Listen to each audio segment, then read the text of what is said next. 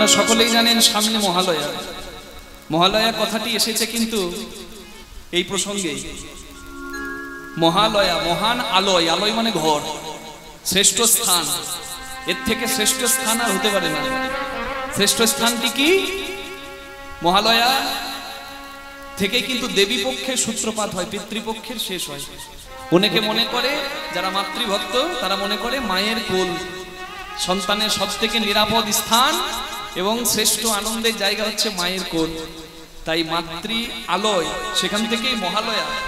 আবার আরেক বিশেষজ্ঞদের মতে মহান আলয় হচ্ছে পিতৃলোক।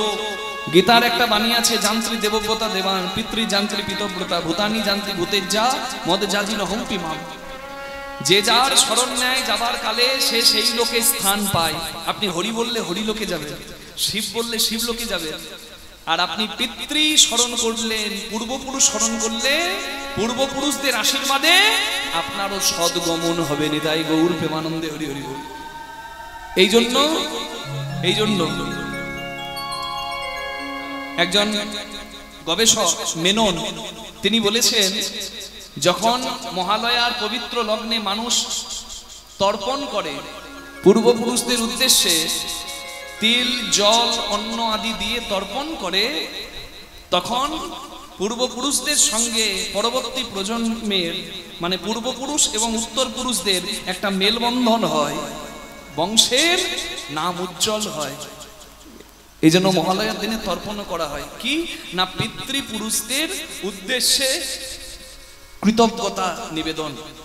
আমরা জন্ম নিয়ে ঋণী, কাদের কাছে ঋণী?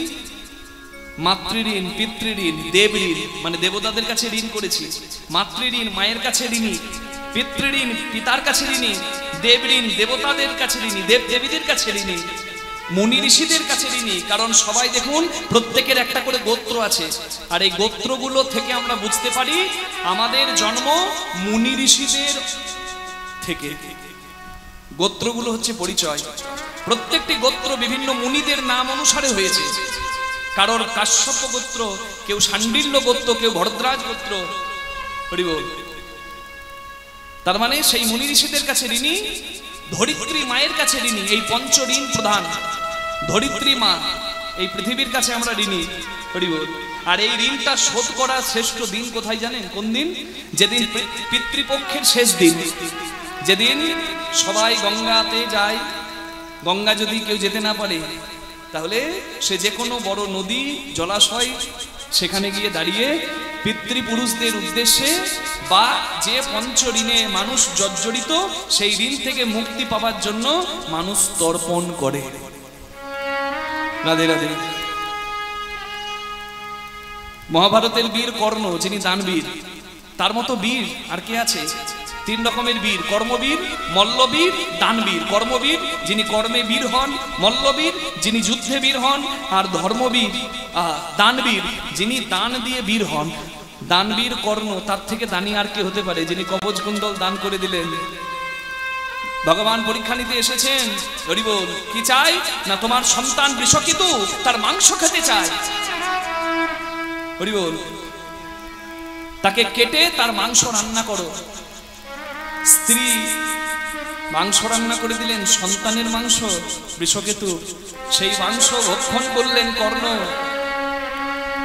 কিন্তু পরক্ষণেই ভগবত কৃপায় দেখতে পেলেন তার ছেলে হাঁটতে হাঁটতে ছুটতে ছুটতে আসছে পিতা পিতা পিতা পিতা বলে বাবার কোলে। অর্থাৎ ভগবান বুঝিয়ে দিলেন কর্ণের দ্বারা যে ভগবানকে উদ্দেশ্য করে কেউ যদি সৎভাবে সরল মনে কেউ ছপে দেয়, ভগবান কারো ঋণ রাখে না, ভগবান তাকে কৃপা করে। নিতাই গৌর প্রেমানন্দে হরি বল। সেই কর্ণ যখন স্বর্গে গেলেন, স্বর্গে তাকে খেতে দেওয়া হচ্ছে কি জানেন? সোনা দানা মণি মুক্তা। কর্ণ ইন্দ্রদেবকে জিজ্ঞাসা করছেন স্বর্গধামে, এগুলো কেউ খায়? সোনা দানা মণি মুক্তা কেউ খায়? এগুলো কেন আমি আহার রূপে পাচ্ছি? বলে, কর্ণ তুমি দানবীর, তুমি জগৎকে দান করেছ, কিন্তু তুমি পিতৃপুরুষকে বা পূর্বপুরুষকে তিল জল দান পর্যন্ত করনি। রাধে রাধে। তাই তুমি আজকে আহার থেকে বঞ্চিত। বলে, আমি কি করে জানবো যে পূর্বপুরুষকে বা পিতৃপুরুষকে দান করতে হয়? কারণ আমি আমার পূর্বপুরুষের সন্ধান পাই কুরুক্ষেত্রে যুদ্ধের আগের দিন, যেদিন মা কুন্তী আমার কাছে এসে বলে তুমি আমার পুত্র কর্ণ। তারপরের দিন থেকেই তো কুরুক্ষেত্রের যুদ্ধ, আমাকে নিজের ভাইয়ের হাতে মরতে হলো। আমার সময় ছিল যে আমি পূর্বপুরুষদের উদ্দেশ্যে তর্পণ করব, আমি তো সময়ই পাইনি। এখন আপনি বলুন উপায়। ইন্দ্রদেব দেখলেন হ্যাঁ ঠিক, কর্ণ তো সময়ই পাইনি, কর্ণ তো জানতোই না তার পূর্বপুরুষকে, তার পিতৃপুরুষকে। তাই কর্ণকে 15টা দিন সময় দেওয়া হলো পুনরায় স্বর্গ থেকে মর্তে ফিরে আসার জন্য। কর্ণ 15 দিনের জন্য মর্তে ফিরে এলো, আর এই 15টা দিনকেই বলা হয় পিতৃপক্ষ। 15টা দিন, হ্যাঁ হরি বল। প্রতিপদ থেকে শুরু করে অমাবস্যা পর্যন্ত এই যে 15টা দিন কর্ণ এই মাটিতে থেকে, এই ধরিত্রীতে থেকে পিতৃ তর্পণ করলেন, পূর্বপুরুষদের উদ্দেশ্যে তর্পণ করলেন, তিল জল অন্ন আদি তর্পণে নিবেদন করলেন এবং কর্ণ উদ্ধার পেয়ে স্বর্গে গেলেন। হরি বল। তাহলে দেখুন কর্ম মানুষের কত প্রয়োজনীয়। কর্ণ স্বর্গে গেল এবং কর্ণই হলো প্রথম পুরুষ, যাকে বলা হয় প্রথম তর্পণ করার প্রথম উত্তর পুরুষ। রাধে রাধে। তার মানে এর থেকে আমরা কি শিক্ষা পাই? আপনারা যদি কেউ গয়া যান, এই পিতৃপক্ষ শুরু হয়ে গেছে মা, আমরা কিন্তু পিতৃপক্ষেই দাঁড়িয়ে আছি। 17ই সেপ্টেম্বর থেকে শুরু হয়ে গেছে। হরি বল। এই মহালয়ার দিন পর্যন্ত যে পিতৃপক্ষ, এই পিতৃপক্ষে গয়াতে মেলা বসে এবং দেখতেন ভিড়, কারণ এই সারা 15 দিন জুড়ে সবাই তর্পণ করে পূর্বপুরুষদের উদ্দেশ্যে, সবাই তর্পণ করে, তিল জল অন্ন আদি দান করে। আরো বড় কথা, কেউ যদি পূর্বপুরুষের শ্রাদ্ধের দিন ভুলে যায় বা মৃত্যুর দিন যদি কারোর স্মরণ না থাকে, তারাও পর্যন্ত এই পিতৃপক্ষের শেষ দিনে শ্রাদ্ধ আদি কর্ম করে তর্পণ করতে পারে। নিতাই গৌর প্রেমানন্দে হরি হরি হরি হরি হরি হরি হরি বল। তার মানে শ্রাদ্ধাদি কর্ম কত গুরুত্বপূর্ণ বুঝতে পারছেন মা? শ্রাদ্ধের কথাটার উদ্দেশ্যই হচ্ছে শ্রদ্ধা নিবেদন। আজকে মহিষী মায়ের প্রতি শ্রদ্ধা নিবেদন করতে আমরা সমবেত হয়েছি। সবাই ভগবানের চরণে প্রার্থনা করি, মায়ের পবিত্র আত্মা যেন ভগবানের চরণ পায়, যেন বিষ্ণু পাদপদ্ম লাভ করে। দুটি প্রেমের বাহু তুলে আমি একা নয়, সবাই প্রার্থনা করুন। নিতাই গৌর প্রেমানন্দে হরি বল হরি বল হরি বল হরি বল।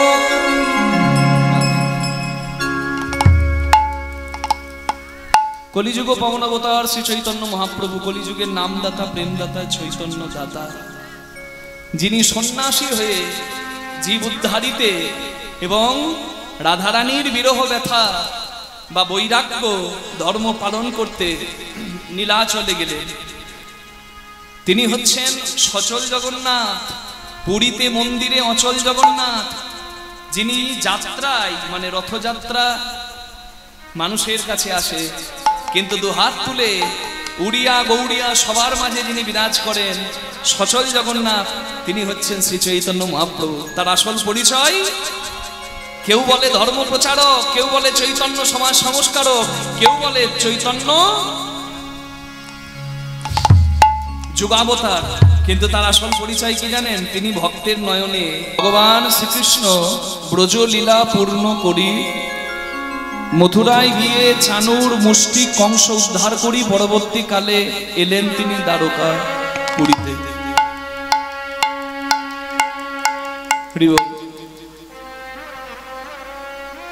সমুদ্রের কাছে একখণ্ড ভূমি ভিক্ষা চান ভগবান, সমুদ্রের ভেতর থেকে একখণ্ড ভূমি ওঠে, যে ভূমিটি এখন নেই। ভগবান কৃষ্ণের লীলা সংবরণের পর যে ভূমি সাগরের তলায় চলে গেছে, যে ভূমিতে ছিল ভগবান শ্রীকৃষ্ণের ঐশ্বর্যের পুরী, বিশ্বকর্মা যে মাটিতে নির্মাণ করে দিয়েছিলেন ভগবানের ঐশ্বর্যের পুরী, যে ঐশ্বর্যের পুরীর নাম হচ্ছে দ্বারকা পুরী। হরি বল। ভগবান সবসময় ধরিত্রীকে বড় করেছেন, বসুন্ধরাকে বড় করেছেন। কারণ আপনারা জানেন হিরণ্যকশিপু একজন অসুর যাকে ভগবান নৃসিংহ রূপে বধ করেছিলেন বক্ষ বিদীর্ণ করে। বাচ্চাগুলো কার? মায়েরা বাচ্চাগুলোকে একটু নিয়ে কাছে বসুন। হ্যাঁ, বসে বসে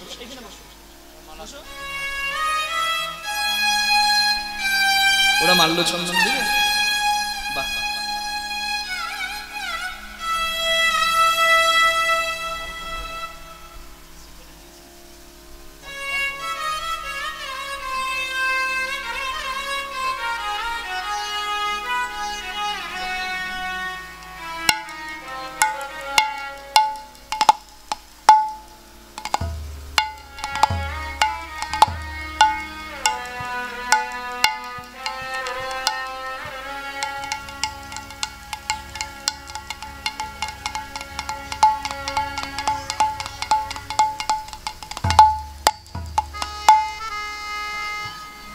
রাধে, হরে কৃষ্ণ।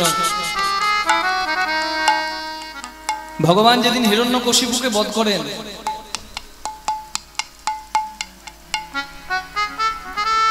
এই কথাটা আমরা অনেকেই জানি যে হিরণ্যকশিপু ভগবানকে সহ্য করতে পারতেন না। কেন করতে পারতেন না তার কারণটা কি? না, হিরণ্যকশিপুর দাদার নাম দৈত্য সম্রাট হিরণাক্ষ, যাকে ভগবান শূকর রূপ ধরে, বরাহ রূপ ধরে উদ্ধার করেছিলেন, মানে নিধন করেছিলেন। কেন করেছিলেন জানেন মা? ভগবানের স্ত্রীর নাম হচ্ছে বসুন্ধরা, মানে এই ধরিত্রী, এই পৃথিবী, এটা হচ্ছে ভূমি মাতা। এই ভূমি অংশে জন্ম ভগবানের অর্ধাঙ্গিনী, তার নাম হচ্ছে সত্যভামা। লক্ষ্মী অংশে জন্ম রুক্মিণীর, ভূমি অংশে জন্ম সত্যভামা। রাধে রাধে। তাই যে বসুন্ধরাকে কলঙ্ক দেবার জন্য হিরণাক্ষ অসুর বসুন্ধরাকে নিয়ে রসাতলে চলে গিয়েছিল। ভগবান তার স্ত্রীর মান রাখার জন্য শূকর বরাহ রূপ ধরে দন্তের আঘাতে হিরণাক্ষ অসুরকে দমন করে এই ধরিত্রী মানে পৃথিবী মাকে এখানে এনে রেখেছিলেন।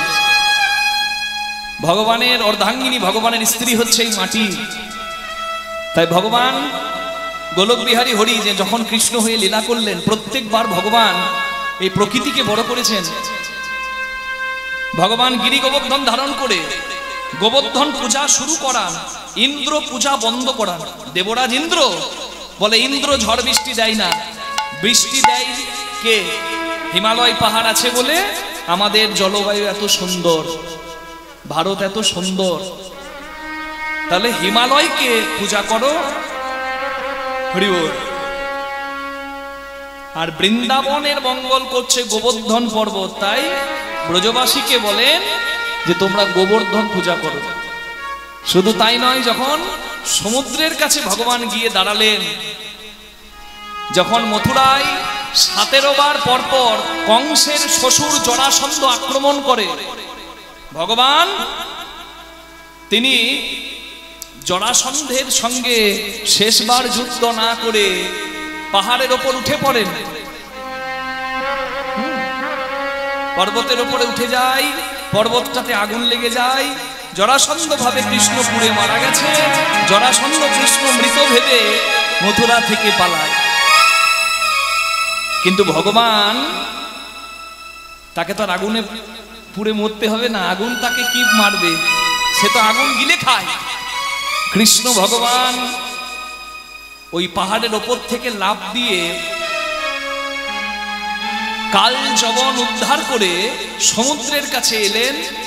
আর সমুদ্রের কাছে এসে ভগবান চিন্তা করছেন, জরাসন্ধ কংসের শ্বশুর, আমি কংস মেরেছি, আমার মামা কংসকে মেরেছি বলে তার শ্বশুর জরাসন্ধের আমার প্রতি এত রাগ, আমার প্রতি প্রতিশোধ নিতে আমার মথুরার যদি সর্বনাশ করে। তাই কৃষ্ণ একটি সুরক্ষিত জায়গা চাইলেন। ভগবান লীলা করতে সমুদ্রের কাছে ভিক্ষা চাইলেন, প্রবসন পর্বত থেকে সমুদ্রের কাছে এসে ভিক্ষা চাইলেন যে তুমি ভূমি দান করো, সুরক্ষিত ভূমি যেখানে আমার রাজপুরী হবে। সমুদ্রের ভেতর থেকে মাটি উঠলো। দেখুন ভগবান গোবর্ধন পর্বতকে বড় করলেন, সমুদ্রকে বড় করলেন। এই সবই কিন্তু পাহাড় বলুন, নদী বলুন, সমুদ্র বলুন, সবই কিন্তু প্রকৃতি। ভগবান বারবার প্রকৃতিকে বড় করেছেন, নিজে হাত জোর করেছেন প্রকৃতির কাছে। আর সেই প্রকৃতিকে যদি আমরা সম্মান না করি, শ্রদ্ধা না করি, আমরা যদি ভালোবাসতে না পারি, আমাদেরও কিন্তু ধ্বংস খুব চোখের সামনে। দেখলেন এই কটা দিন এত বৃষ্টি হলো, জানি না আপনাদের এখানে হয়েছে কিনা, নিশ্চয়ই হয়েছে। পরপর 4 দিন তাকিয়ে দেখুন মেদিনীপুরে নদীর বাঁধ ভেঙে পাঁশকুড়া এবং বিভিন্ন বিস্তর অঞ্চলে জলের এত বেগ, মানুষ সেখানে কত কষ্ট পাচ্ছে। রাধে। তার মানে প্রকৃতি এক নিমেষে সবকিছু শেষ করে দিতে পারে। 3 ভাগ জল 1 ভাগ স্থল। আমরা বড়ই দুর্বল, তথাপি আমরা প্রকৃতিকে সম্মান করি না। প্রকৃতিকে সম্মান করতে ভগবান শিখিয়েছেন।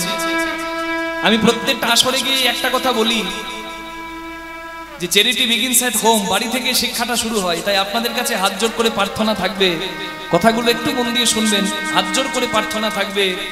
এবং আমার তো মনে হয় প্রত্যেকটা বিদ্যালয়েও শেখানো উচিত কি, একটা হচ্ছে সম্মান করতে, প্রত্যেককে সম্মান করতে শেখানো উচিত। 2 হচ্ছে পরিষ্কার পরিচ্ছন্ন থাকা, এটা শেখানো উচিত। একটা বাচ্চা ছেলে শিখে আসলে সে নিজের পরিবারকেও সেটা শেখাতে পারবে। তাই পরিষ্কার পরিচ্ছন্ন থাকা, হ্যাঁ, এবং সবাইকে সম্মান করা এবং জীবে প্রেম করা, এই শিষ্টাচার যদি প্রত্যেকটা বাড়িতে, প্রত্যেকটা স্কুলে থাকে। ভগবান কৃষ্ণের কথা, আত্মপমেন সর্বত্র সমং পশ্যতি যো অর্জুন সুখং বা যদি বা দুঃখং সযোগী পরমমত, যে জগৎ কল্যাণের জন্য নিজের ত্যাগ করে সে যোগী হয়, আর সে আমার বড় প্রিয় হয়। তাই ভগবানকে ভালোবাসতে গেলে আগে মানুষকে ভালোবাসুন, জীবকে ভালোবাসুন, প্রকৃতিকে ভালোবাসুন। হাত জোর করে প্রার্থনা সবার কাছে। ভগবান বড় করেছেন প্রকৃতিকে। বিশ্বকর্মা নির্মাণ করে দিলেন ঐশ্বর্যের পুরী, আর সেই পুরীতে ভগবান অধীশ্বর হলেন। কৃষ্ণ কোথাকার রাজা? মথুরার নয়, বৃন্দাবনে নয়, কৃষ্ণ হলেন দ্বারকাধীশ, দ্বারকার রাজা। দ্বারকাধীশ ভগবান শ্রীকৃষ্ণ চন্দ্র, যার কোনো অভাব নাই। ঐশ্বর্য সমগ্রশ্চ বীর্য যশ মাধুর্য শ্রীয় জ্ঞান বৈরাগ্যশ্চৈব সন্ন্যাং ভগৈতিঙ্গনা। ভগবান সরৈশ্বর্যের অধীশ্বর। ঐশ্বর্য আছে, যশ আছে, বীর্য আছে, জ্ঞান আছে, বৈরাগ্য আছে, সব যার মধ্যে বিদ্যমান তিনি হচ্ছেন ভগবান। সেই ভগবানের কোনো অভাব নাই, কিন্তু তবুও নিরালায় সবার চোখের আড়ালে ভগবান বসে বসে স্বর্ণ সিংহাসনে সোনার রাজপ্রাসাদে চোখের জলে বুক ভাসা। জগৎ কাঁদে যার জন্য, সে কাঁদে কার জন্য? ভগবানের নাম করে ভক্তের চোখে যদি জল পড়ে, মা মনে রাখবেন, ভগবান স্মরণ না করলে ভক্ত কোনোদিন ভগবানকে স্মরণ করতে পারেন না। তাহলে দ্বারকায় বসে কৃষ্ণ কাঁদছে, কেন কাঁদছে না? বৃন্দাবনে বসে আজ 100 বছর কৃষ্ণ বৃন্দাবন ছেড়েছে, 100 বছরের বেশি, কিন্তু আজও বসে বসে বৃন্দাবনে কৃষ্ণের জন্য একজন চোখের জল ফেলছেন, তার নাম হচ্ছে রাধা রানী।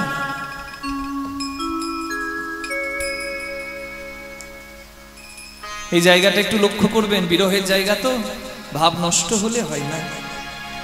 রাধারানী হেন কোনো দিন নাই যে কৃষ্ণ বলে কাঁদে না।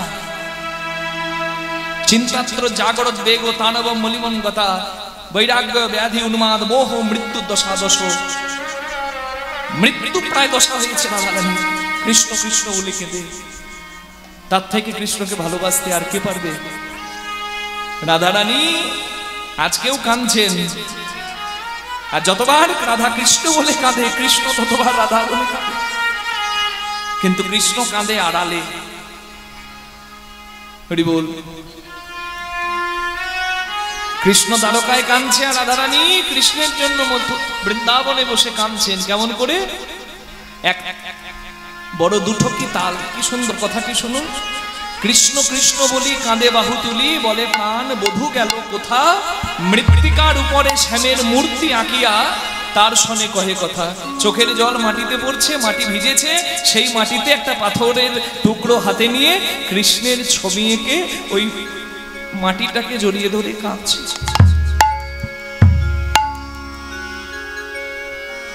আয়ার কিবা কৃষ্ণ ও কৃষ্ণ কৃষ্ণ বলি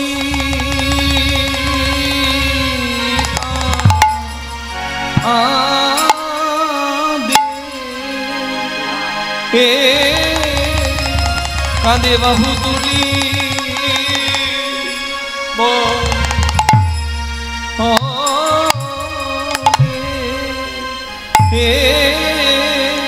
বলে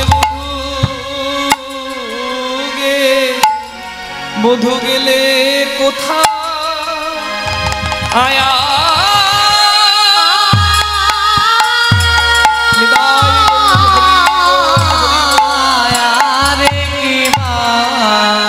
কৃষ্ণ সোনার বধূ তুমি আছো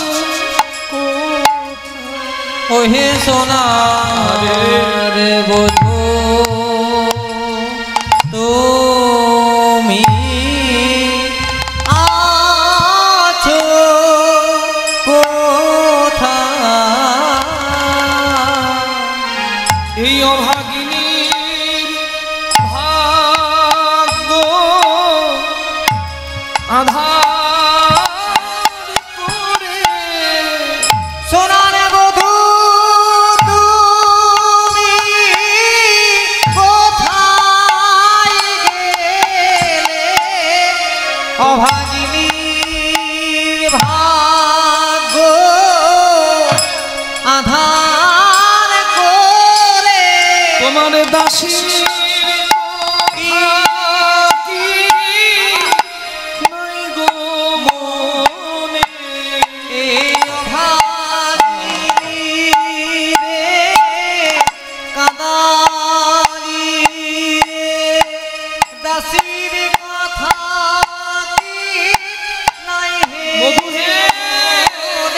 একবার দেখা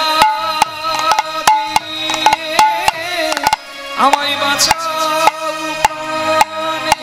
দাসীর কথা কি নাই হে মনে একবার দেখা দিয়ে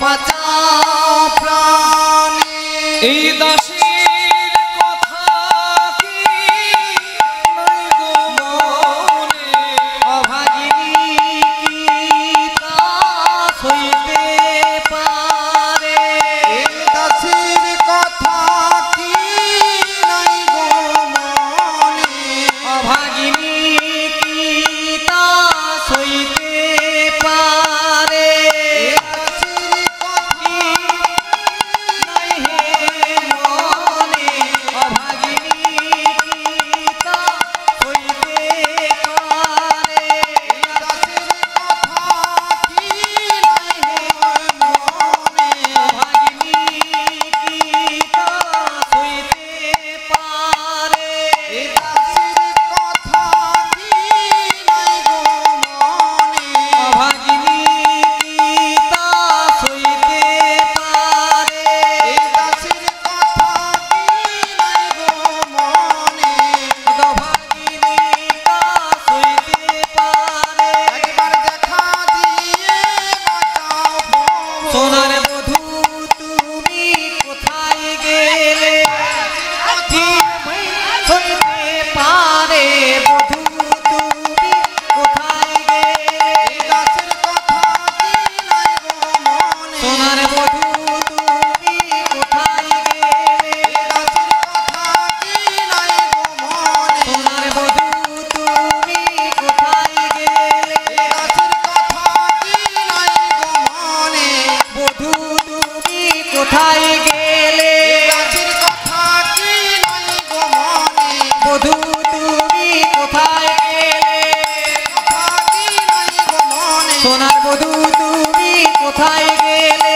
দাসীর কথা কি নাই গো মনে সোনার বধূ তুমি কোথায় গেলে দাসীর কথা কি নাই গো মনে বধূ তুমি কোথায় গেলে দেখা দিয়ে প্রাণে বাঁচাও বধূ তুমি কোথায় গেলে দেখা দিয়ে প্রাণে বাঁচাও বধূ তুমি কোথায় গেলে দেখা দিয়ে প্রাণে বাঁচাও বধূ তুমি কোথায় গেলে কথা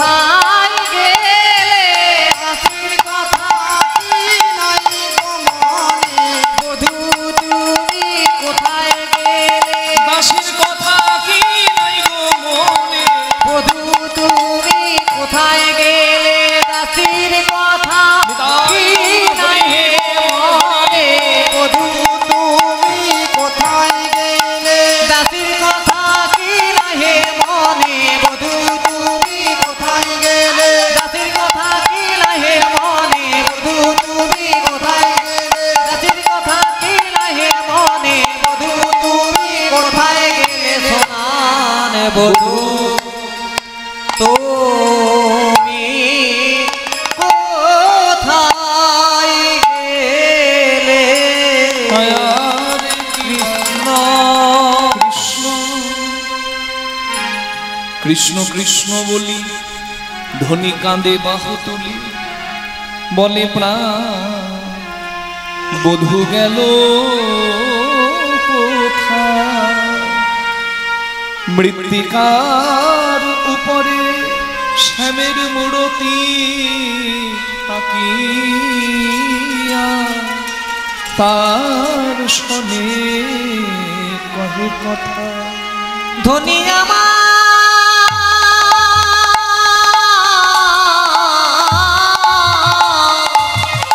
মৃত্তিকার পরে শ্যামের মূরতি আঁকিয়া আর শোনে কহে কথা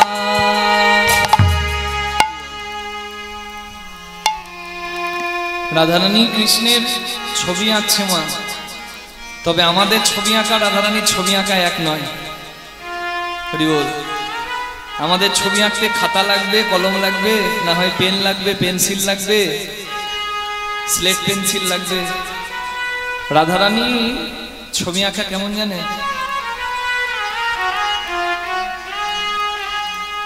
কৃষ্ণ বলে দিনরাত কাঁদে তো চোখের জল এত পরে মাটি ভিজে যায়, আর সেই ভেজা মাটিতেই পাশে পড়ে থাকা একটা পাথর হাতে নিয়ে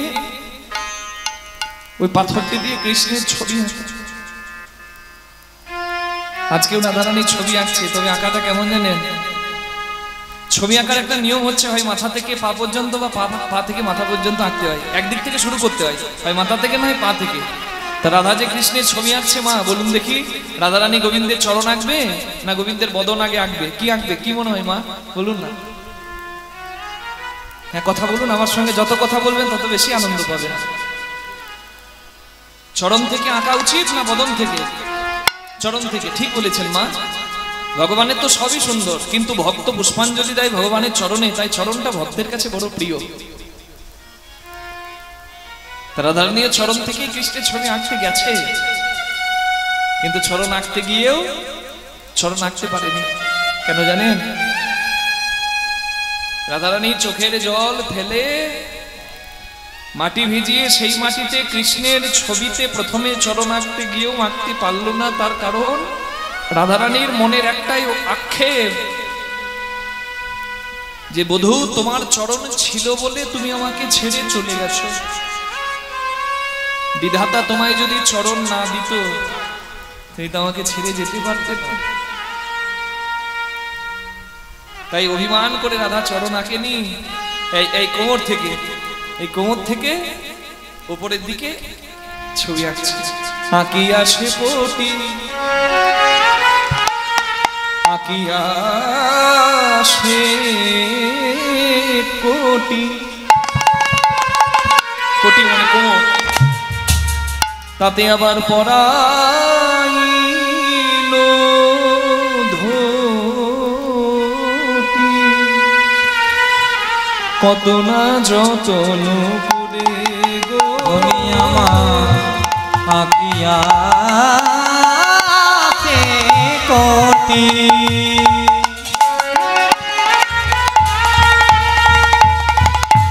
পড়াইল ধুতি, কত না যতন করি। এবার নাভি সরোবর আঁকিল তারপর, বালায়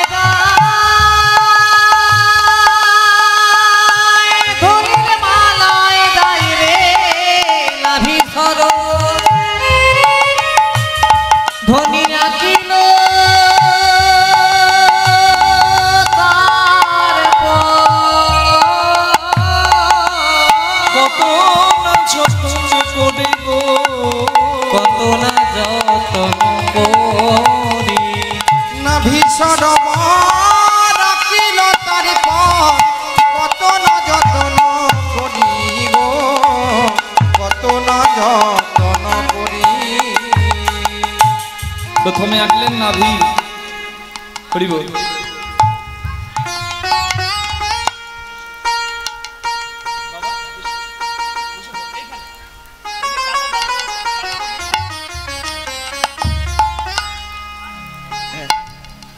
বসিয়ে নিন, মায়েরা একটু বসিয়ে নিন, শিশু তো চঞ্চল। হ্যাঁ, খুচরো পয়সাগুলো নিজের নিজের খুচরো পয়সা নিজের নিজের খোটে বেঁধে নিন মা, বেঁধে নিয়ে ভালো করে বসবো। হ্যাঁ, নাহলে আমি বড় গাড়ি নিয়ে এসেছি, ওই গাড়িতে ভরবো আর একবারে বীরভূম নিয়ে পালাবো, তখন আর চাইলেও দেবো না। রাধে। প্রথমে এঁকেছে কোমর, গোবিন্দের কোমর, কোটি কোমর। হ্যাঁ, তারপরে এঁকেছে নাভি, মানে বুঝতে পারছেন, কোমর তারপরে নাভি, মানে নিচ থেকে উপর দিকে আঁকছে। তারপর এঁকেছে গোবিন্দের হৃদয়, তারপর দুটি বাহু, আর বাহু দুটি এঁকে তাতে আবার বাহু দুটির মাঝে বাঁশি দিয়েছে। যে বাঁশির জন্য রাধারানী সব হারিয়েছে, সেই বাঁশি আবার এঁকেছে। শ্যামের বাহু দুটি আঁকে ছলো ছলো আঁখি, মুরলি দিল শিখরে। বাহু দুটি আঁকি ধ্বনি চলো চলো আঁকি, মুরলি দিল সে করে। বলে তেমন করে বাজাও বাঁশি, তেমন করে বাজাও বাঁশি। ওহে বৃন্দাবনে রাখাল শশী, তেমন করে বাজাও বাঁশি। বাঁশি শুনতে বড় ভালোবাসি, তেমন করে বাজাও বাঁশি। বাঁশি শুনতে বড় ভালোবাসি, তেমন করে বাজাও বাঁশি। বাঁশি শুনতে বড়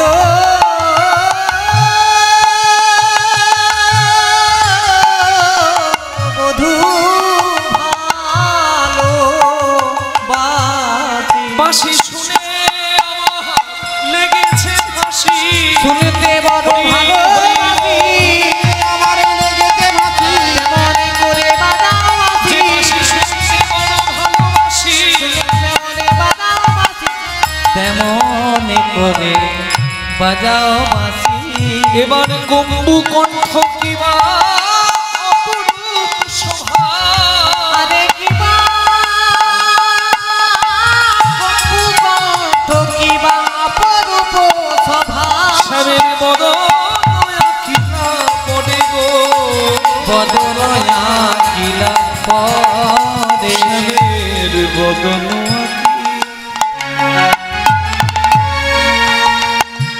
মুখে মুখ দিয়া তার শোনে কহে কথা, শ্যামে বদন আকিয়া।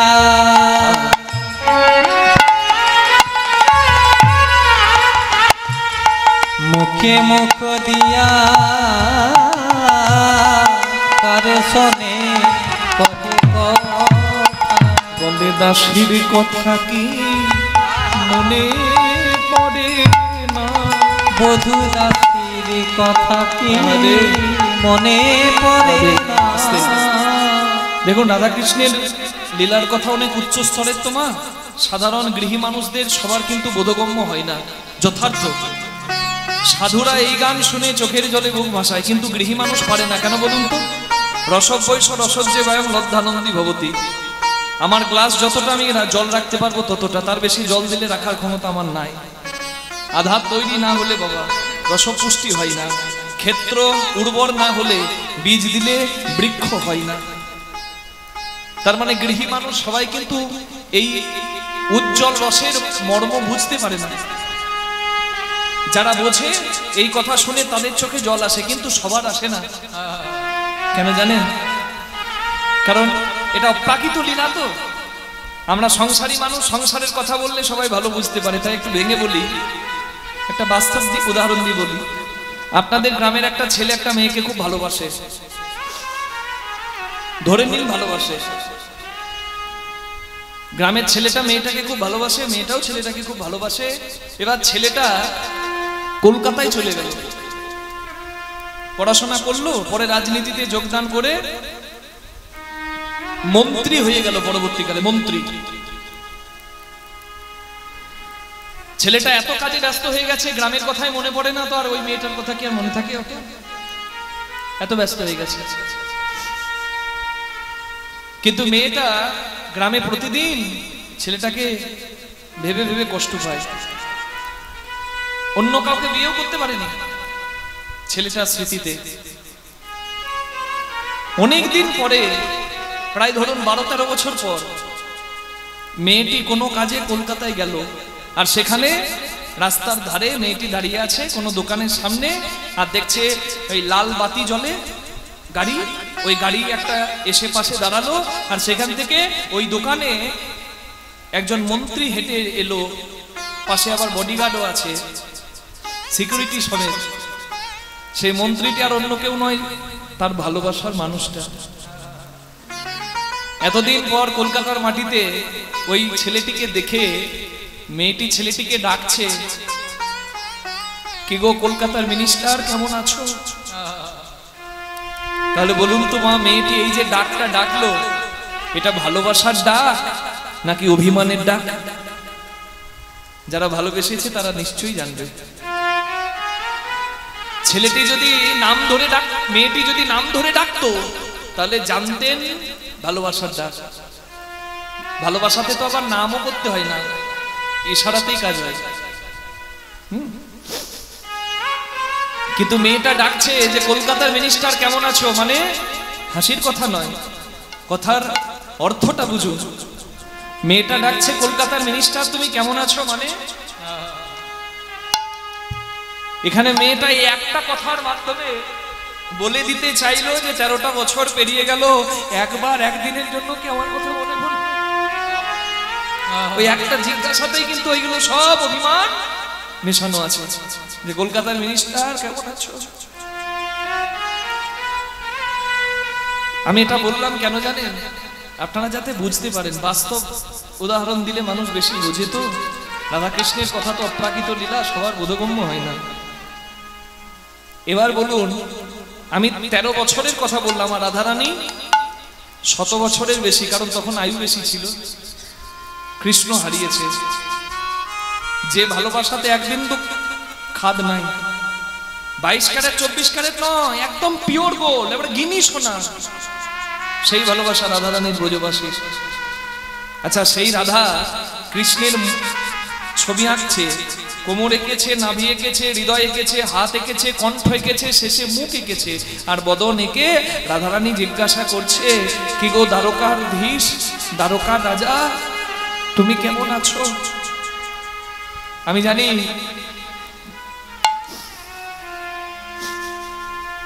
ভীষ্মক রাজার কন্যা রূপকিনী তোমার স্ত্রী, সত্যবান রাজার কন্যা সত্যবতী তোমার স্ত্রী, জাম্ববানের কন্যা জাম্ববতী তোমার স্ত্রী। তোমার স্ত্রী আছে, তোমার দাস দাসী আছে, কত কত রাজা ধীরাজ তোমার একবার দেখা পাবার জন্য অপেক্ষা করে থাকে।